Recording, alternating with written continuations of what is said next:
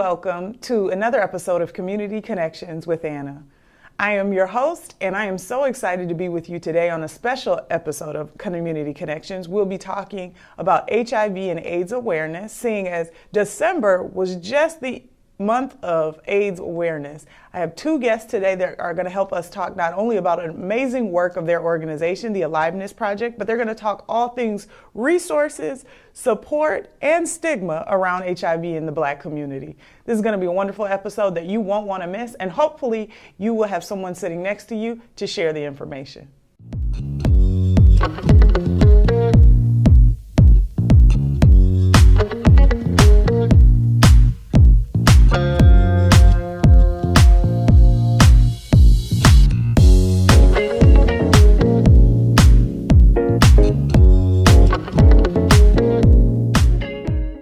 Today I have two guests with me from the Aliveness Project. Hello and welcome to Josephine and Tom. Can you both introduce yourselves, please, to our viewers? Okay, I will get started here. My name is Tom Bichanga from the Aliveness Project. I'm the Director of Diversity, Equity, and Inclusion. My name is Josephine Hovers, pronouns she, her. I work as outreach worker and based in African-born community. Thank you so much both for joining me today. I'm excited to talk to you guys not only about the work of the Aliveness Project, but also about HIV and AIDS awareness within our communities. I know it's a very taboo topic for us, but I know that both of you have been doing this work not only with the Aliveness Project, but currently in your own lives for some time now. Tom, can you talk to me a little bit about your role specifically with the Aliveness Project? I will start a little bit on how I ended up at the Aliveness Project. Before I got to Aliveness Project, I used to do outreach in the African community, which was funded by the Department of Health, doing HIV awareness to eliminate the stigma. That was just a volunteer.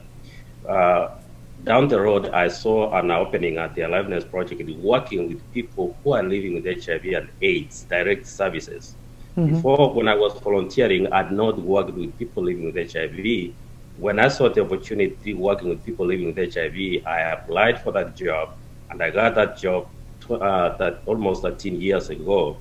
Now working with people living with HIV and AIDS. I wanted to get that experience so that I can be able to provide the services. Josephine, can you talk to me a little bit about your connection to the Aliveness Project and the work you do? Okay, I used to work as a volunteers with one organization, and then from there I be able to see the post. They are looking for somebody to work as outreach worker in the African community, and then I be able to do the application, and I be able to get the job and go through the whole training. But because I have this passion to serve the community, as a businesswoman in Minnesota, so I was just be able to think and say, maybe I might use my skills of business and then I can reach out to people about HIV and AIDS, because I have the passion serving the community. So that's why I find myself working with the Aliveness Project. Okay. And Tom, can you talk to me just a little bit about your personal connection to HIV and AIDS?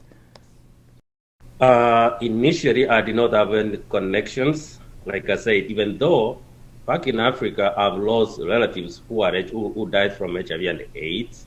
But when I started here, I did not have any connection when I was in Minnesota. But again, the other connection that made me get connected is when I started volunteering, educating the community about the HIV and the AIDS, I found lots of stigma in the community. And once I found that people were ignorant about how HIV is spread and how it's not spread, which made stigma to be a huge thing in the community, I dedicated my life and said that I want to make this a career, so that I can work with people who are living with HIV and also educate the community that's ignorant about stigma. Well, I mean, about HIV and AIDS, how it's spread and how it's not spread, because that's how you eliminate the stigma. Josephine, as an outreach worker, can you talk to me a bit about what your view has been around the stigma around HIV and AIDS? You talked about not only being a businesswoman, but also doing this work. How have you seen that change? Yeah. In the beginning, it was so hard for me, and it was also hard in the community. But when I stood and tried to talk to people in the community, asking them questions, and I find a lot of people like they are living the life of hiding themselves, living, with the fear in the community. Some of them during my outreach, I be able to go to certain event, give the business card, and people come to me and explain to me how they've been hiding themselves in the community. And they were so happy to know if I'm doing this job in African community, beginning to open up. And I find it so difficult because somebody also take my card and call me and say, oh, my auntie babysitter my kids, but we suspect she's living with the HIV. We are worried maybe she's gonna transmit the disease. And I stood up and said, no, it's not like way she can never transmit the diseases through the spoon or cup. So it's still a lot of stigma in the community, and people going through the stigma and live with the fear in the community. But I be able to stand up and give a little bit of my education for the knowledge I have through the training, and people, they be able to understand. And right now, people, they are very comfortable and free to talk to me and share their experience. That's wonderful. Personally, I have been affected by HIV and AIDS through loved ones and family friends. And I know that December was HIV and AIDS Awareness Month. However, I don't think that it is ever a bad time to have the conversation around the stigma, but also resources and support for those that are not only still fighting, but also the family members and friends of people that are in community with those that are fighting the illness. Can you guys talk about the work of the Aliveness Project and how long they've been doing that work within the Twin Cities? I can jump in, Josephine, if I miss something, you can also add on that. First of all, on how Aliveness got started, it was like close to 40 years ago. At that time, there was no medication, so people were dying left and right. So some men decided, who were still alive, they decided to say that, we can meet for a meal. And that meal, when they were having a meal, they kept on saying, we're alive. If you can connect that alive with aliveness, that's how the name was born, Aliveness. They found themselves, their friends had died, but they were still alive. So they called themselves to start sharing a meal. And from there, when they found out that for being them sharing the same experience and educating one another, they kept on living longer and longer. So there were no stigma from anybody else other than for them having that experience where they were supporting one another. So from there, the government kind of saw this group, which was educating one another. They started getting the funding from there, from other than the meal. Now Aliveness provides several different kind of services, whereby meal is one of them. We provide a hot meal where people can come and have 3 meals a day. Right now, after COVID, we have like a hot meal that being served during lunch, and they can take a hot meal with them, 2 meals packed so that they can eat at home, more especially for dinner and breakfast. Also, at Aliveness, we provide what they call food bank or food shelf, whereby they can take up to about 60 pounds of meal that they can cook at home when we are closed, like weekend we are closed. We also do outreach to educate the community about how HIV is spread and how it's not spread.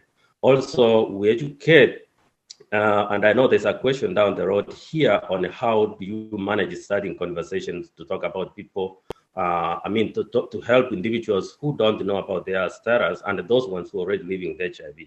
So our job is also to be in the community so that we can be trusted, because when doing outreach, it takes a long for somebody to earn your trust. Third is to make sure we link these people to care, because it has been found like if we treat people who are HIV positive chances of them spreading the virus are very minimal, because if they are in care, take medication as prescribed, the medication lowers the viral load in their body to a point where they will not spread the virus, even if they are engaged on unprotected sex. Also, we have case managers who help new clients who don't know how to navigate the system on how they can either find insurance, transportation, housing, to make sure, because people who are HIV and are unhoused, taking medication is not a priority. So we make sure they get all the above in order for them to stay in care. Also, we have mental health providers on site, because also some of these people might be dealing with different kind of mental health. So we also refer them to a mental health within our facility. Also, when we do testing in the community, please. I just wanted to interject quickly. You were saying you all are providing mental health resources as well, correct? Say that again, repeat. You were saying that the Aliveness Project also provides mental health support as well. Is that correct? Yes. Okay.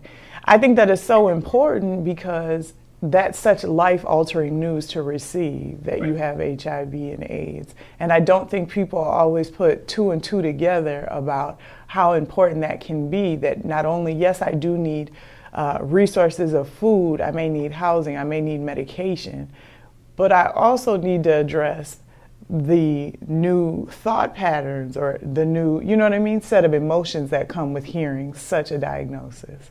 I think that's very important. Yeah, to add on that, actually, mental health sometimes intersect with either drug use or chemical dependence, which leads to HIV infection. So some people could have been dealing with mental health, which was not addressed. So now that they are HIV positive and they have decided to join Aliveness Project, they can access this service which is there, right? When they come for a meal, they can see their mental health counselor as well. Also, we do like opioid and drug awareness in the community, because we find that some of these clients could have been either chemically dependent or still using. We also work with them to find out their peers whom they use with. They can refer us to, let's say, my group meets so and such a place for drug use. So we go there to do counseling and encourage these individuals also to get tested. And when we do testing and find individuals who are at a high risk of HIV infection, but they are HIV negative, we refer them to PrEP. There's a medication that individuals who are at a high risk of HIV infection can be taking to prevent themselves from getting infected with HIV. Also, that service is provided at the Aliveness Project as well. Josephine, can you kind of share with me a bit about what your day-to-day looks like around some of those services being offered that Tom just mentioned for us? Okay, like I'll speak as outreach worker in the community. Please. So what I do most, like me in the community, I do HIV counseling, and then I do care linkage too. And also I help to follow up with our members to make sure they are okay in the community. And even if maybe sometimes they are weak, they cannot be able to come and have the food shelf, I can be able to deliver the food shelf to them. And I also do HIV tests in the community. So I always follow people to their home. And sometimes I go to the churches. Sometimes I go to the event, I can test people in the car. Sometimes I can go to the nightclubs. I try to find anywhere easy to reach those people out there. Spaces, like you said, going to nightclubs, going to churches, things like that. Can you explain how easy testing is if you can do it in a nightclub? It's so difficult, but you have at least to take a time and be friend with those people and say, hey, my name is Josephine, and explain to them I'm outreach worker in the African community. And I started beginning to say I bring some jokes like, oh, I have a condoms here, but I call them candy. I have some candies I want to share. So everybody excited for candies. And then I bring the condoms in my bag.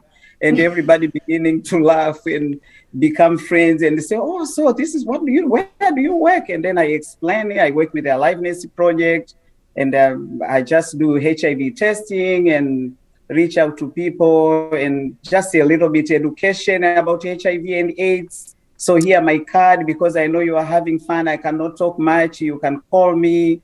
You can meet me at my shop, or I can come to your home, to your workplace, lunchtime. So, but also if you are interested to do HIV testing, I can do, oh, for sure, really, where are we gonna do? So if they are ladies, I can go with them to the bathroom. But if they are men, I can go out and test them in my car. And I make sure also I have like somebody out for the security wise, like be out there and watch me while I'm doing that. Can you talk to me just a little bit about the process around testing? I know that people have such hesitancy around it because they find it to be so labor intensive or so scary. Can you talk about what the process it's so is really scary. like? It's so scary, but when you are testing somebody, while you are testing, you have to talk to them and make sure which position they are. So you know this is the person. I can deliver the answer to them, or maybe I can take it another time, because you have to know it depends where you are. If you are just maybe like at the nightclub and somebody maybe have a little bit of something, so you don't have to deliver if they are worried and they answer you like, oh, I'm scared, because you have to ask, how do you have idea about HIV? Do you know about this or no? So what about if something happened and you hear, oh, the result become HIV? Oh, I'm very scared and I cannot do, I'm going to harm myself, kill myself. So that one you say, oh, I think we have to find another time to do this. And then have my card and contact me. And then we're going to, so you know that person, he or she not willing to receive the answer at that particular time. Okay. Can I add one thing there? Is that okay? Please do, Tom. Yeah, to also what Josephine does, how she also gets people to get tested is also we provide incentives. As she walks in with the candies, also we give them incentive. Let's say here's $25 if you test with me. Also, one important thing she mentioned there as well is when she's at the club and somebody says, yes, I'm very scared, and if I get tested positive, I know who infected me and I'm going to visit that person.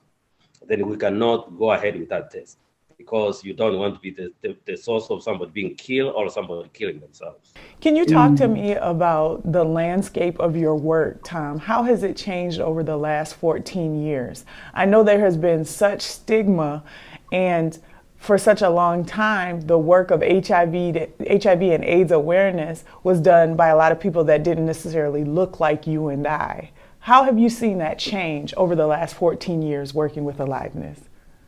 Actually, I've worked in the HIV field longer than 14 years. Like I told you, I used to be a volunteer before that. And my initial, when I started volunteering, working on the HIV field, we were doing HIV prevention on distributing condoms, talking to people on how HIV is spread and how it's not. You know, it reached a point where the medics or the study was done, and they found out if we treat people who are HIV positive, then we would eliminate new cases, because there was a lot of money on prevention. Now they switched money to care, whereby people who are HIV positive can be put into care and be prescribed medication to a point where they may not infect anybody else. So I'm seeing funding changing from just prevention now to care. 70% of the funding that comes from federal government, 75% going to care. And what I'm seeing also is using a method called peer-to-peer. Let's say Tom Bichanga is HIV positive, and I know somebody else who is HIV positive. I can help Josephine tell, you know, I know Tom Bichanga, I know so and so who is HIV positive, but he's not in care. So Josephine can be able to reach that person whom she would have not known if it was not me. And then Josephine would use those other peers who are HIV positive to be linked to care. The thing we are seeing so far that I never saw before, mental health. Mental health is lumped in HIV field or in HIV what I call the treatment when we are out there, we will think somebody is just dealing with HIV. But you find out what the reason why somebody is not in care or is not taking medication is because of mental health. And the majority of the time, these clients, they go to the doctors. The doctors just concentrate on treating HIV, but not doing a comprehensive screening to know what this person is dealing with. So mental health is a big thing in this field, which is also actually causing more than 50% of the people living with HIV are dealing with mental health as well. I think that's such a prominent conversation in our society all over about so many things. The unhoused community population, dealing with crime in communities and things like that, we realize that mental health is the overarching conversation that needs to take place. And then so many other issues can be addressed and or alleviated with the acknowledgement and support around mental health. Josephine, can you talk to me a little bit about how we can support people that we know and love if they have just been diagnosed? Yeah, for us to support them is just to encourage them and talk to them and tell them this is not the ending of their life. It's just a beginning of beginning of the new journey. Yeah, living with the HIV, and you should not be worried because HIV is no longer a deadly disease. You can still marry, you can get married, you can have children, you can live a normal, happy life. You talked a little bit about people being able to have children and not pass on the virus to their children. In the 80s, when we were finding out a lot about this, we didn't know anything about that. And people who were having, thinking about building families were so scared about the opportunity to pass it on either to their partners or to their children. With medical advances, can you talk now about what that looks like for those that are interested in building families and may either themselves have a diagnosis or be with a partner that does? Yeah, what we can advise them is like they have to go to see the doctors and make sure if they are both have HIV is a difference. If they are one person have HIV, the other person has to make sure she's taking her medication. But most of the time I talk to them and tell them you can make an appointment, the two of you can go to the doctor and see more medical, advice from the doctor. Like Josephine mentioned earlier, HIV or AIDS is not a death sentence anymore. The sooner people know that they are HIV positive and get linked to care, the medication works very quickly to lower the viral loads in your body. And that viral load, when it's lowered, chances are you will not pass. You have about 90-something% of chances of not passing the virus to your partner. And now, still, also, they call it once the viral load has been suppressed, it equals untransmissible. So that is what they call U equals U. Undetectable equals untransmissible. That's what now the Department of Health uses, U equals U. Because you are virally suppressed, so chances of you infecting anybody are like zero. Now, also you kind of mentioned a little bit about somebody who is HIV positive and get pregnant. In Minnesota, chances are like zero. If you get tested and you found that you are HIV positive, they will put you on medication right away that you will not infect the infant you are carrying or the baby you are carrying. So in Minnesota, in the United States, the chances are like 1.01 or something. The last few years, there's no child who has been born in the United States with HIV from the mother. Also, let's say if I'm not virally suppressed and my partner want to be intimate with me, the partner who is not HIV positive can be on PrEP, the medication that a person can be in to protect themselves from being infected by the other person who is HIV positive but not virally suppressed. Still, you can be intimate with somebody who is not virally suppressed, but you can be on a PrEP medication that prevent you from getting infected. So you the were talking area about is some of the medical nuance. yes, PrEP was PrEP. the medication that you were just referencing, saying that if you Yes, talk to your physician, your primary physician, you can get on PrEP and you can still Yeah. have intercourse with your partner and not Yeah. pass along the virus one to another, correct? exactly. Okay, I just wanted to make sure that people really heard that, because I think it not only improves the thoughts and some of the fears that people have, but I think it also provides hope for those that are Yes. currently either in relationships or hesitant to move on with their lives and wondering if they'll ever romantically partner with someone because of I this. had one thing about that PrEP, Please. more especially in the African community. I think there's always fear that when, let's say, when the male travels to Africa, they tend to have other partners there, and sometimes they could be infected and they come infect their partners here. I would encourage, if in our community, if our women here in the cities have that fear that when our men travels to Africa, they get infected and brings it back to us, you can seek that PrEP medication to prevent yourself until you know that your partner is not infected. That's a very important tidbit to share. Thank you, Tom. Yeah. I just want to talk next about how we can support the Aliveness Project and the amazing work that you all are doing there.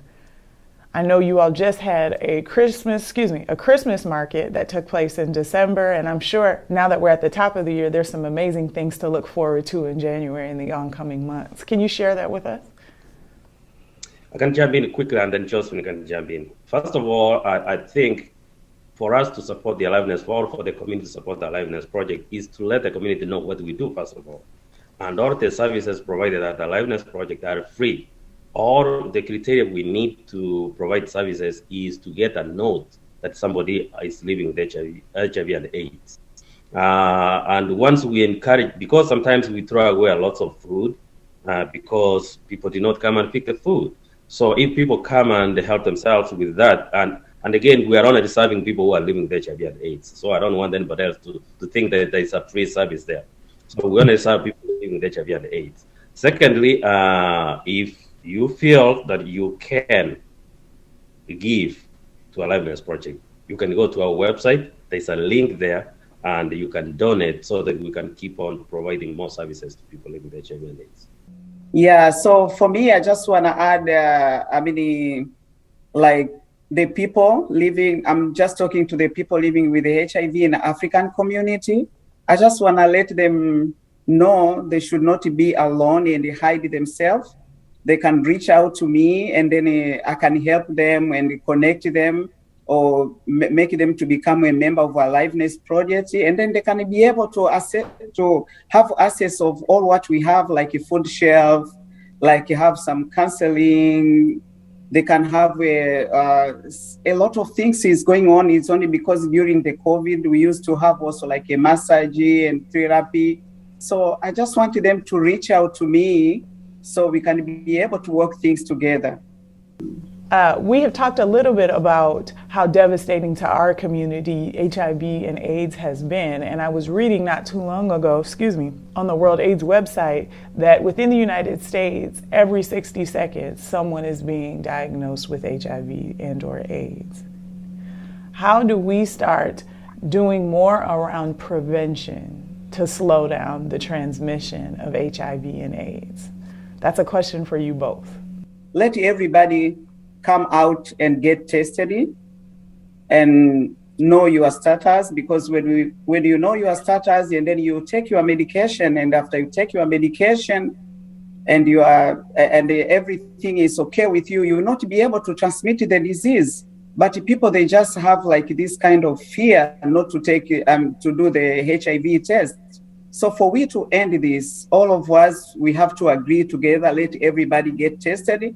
And if you don't want to even test like with somebody you know in the community, now we can hand over the test to have test yourself at the house. And then when you find you are positive, we have a flyer attached together, and then you can go to any hospital you like to go. But the goal is to make sure everybody gets tested. And if also you are not sure, better use condom. to make sure, you prevent another person from the disease. So if both of us, we agree to do this, and then we're going to end this. Okay, I will take it on as well. From like what to add on what Josephine has said. Also, for us to be able to combat this, community leaders need to be on board with this, more especially faith leaders, because faith leaders command lots of followers, and the HIV is everywhere. It's not the people who either are doing things that put them at risk only. There are innocent people who get infected because their partners did something else. So our faith leaders need to help in allowing the HIV education or awareness be brought to either to the pulpit or create a space where this can be discussed. Now, I'm not just only talking about faith leaders, about faith other leaders or either politicians. How can you be part of this? Because if you want us to end this, we have all to be on board. One other thing I wanted to throw out there is it's about a little bit of the statistics. I didn't want to go deep into that. Please share some of the statistics. Yeah, in Minnesota, Black people, that includes Black Americans and Black African born, we make 5% of the whole population. But Black people accounts for more than 40% of new cases every year. And women are more victim of those, more especially like the last 2 years. Of all women who were infected, African-born women accounted for over 30%. So there's HIV in our community. So we should not, because sometimes I go to some community and I hear that, this is the white person who's been sent to come and shame us. HIV is with us, and we have all to be on board on fighting this. That's very important. Thank you, Tom, for sharing that information. Can one of you, if not both, provide any of the Aliveness Project's web addresses or social media handles or phone numbers so that we can stay in contact not only with the amazing work you all are doing, but also if somebody is watching this and wants to connect, they'll be able to do so? Okay, our website is aliveness.org. If you go in www.aliveness.org, you should be able to access our website. And the phone number that you can call just in case you want to reach somebody in person. Once you get this number, it will get you to the front desk, and then you ask whichever service you want, they will connect you to the right person. The number is 612-824-5433. That when you reach that number, they will always connect you to the right service that you want to access. That's wonderful. And then for people that want to connect with you, Josephine, and the amazing work that you're doing, can you provide contact for that as well? Yeah, so for me, if people want to reach to me, especially in African community, so they can contact me and call me 612-390-7938. And also I'll be able to, I'm working from Broken Park like Tuesday to Saturday. So they can be able to contact me and reach me out on 7714 Brooklyn Boulevard, Brooklyn Park, Minnesota 55443. Is there any final message that you would like to share with the community or viewers that may be watching this episode right now? Yeah, I would say I normally work from the office, but I kind of, with the work Josephine and the team does in the African community, I kind of support them. If you call Josephine, you don't find Josephine, you call me, I will be able to provide that service. If it needs even testing, I can come and test wherever you are. But again, what I was going to say is, as much as I'm working from the office, I'm always in the community working with everybody in the community. Also, we have a program called Health Education Risk Reduction, targeting African community that Josephine worked with. So I'm always with the team in case Josephine is not available. That's wonderful. Thank you so much for that information and for not only making yourself available to also come out and test. As Josephine mentioned, I know that it's not always easy to get men to test because you can't go off into the restrooms with them when they need to take care of that. That's right. Mm-hmm. Well, thank you both for your work and keep up the great work. And I hope to have you both back at a later date to not only talk about our community, but also the amazing work that is still hopefully going on with the Aliveness Project. Thank you. Thanks again. Thank you. Appreciate it.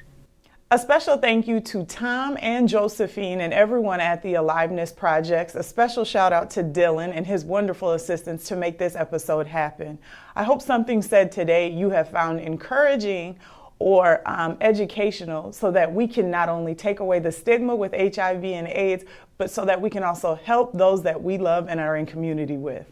Thank you for joining me. As always, I have been Anna Orr, and this has been Community Connections. I look forward to connecting again soon.